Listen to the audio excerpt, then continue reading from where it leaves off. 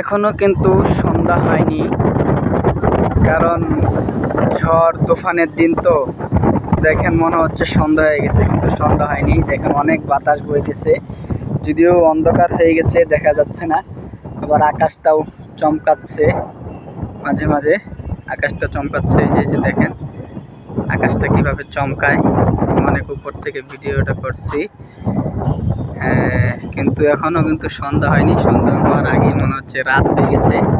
দেখেন প্রচুর বাতাস, কিন্তু দেখছেন প্রচুর বাতাস, আকাশটা কিন্তু চমকাচ্ছে মাঝে মাঝে। দেখেন বিদ্যুৎ চমকানি বলে, এই যে ডাকা, অনেকে বলে আকাশ ডাকে, সেরকম আর কি। দেখেন মাঝে মাঝে এরকম করবে।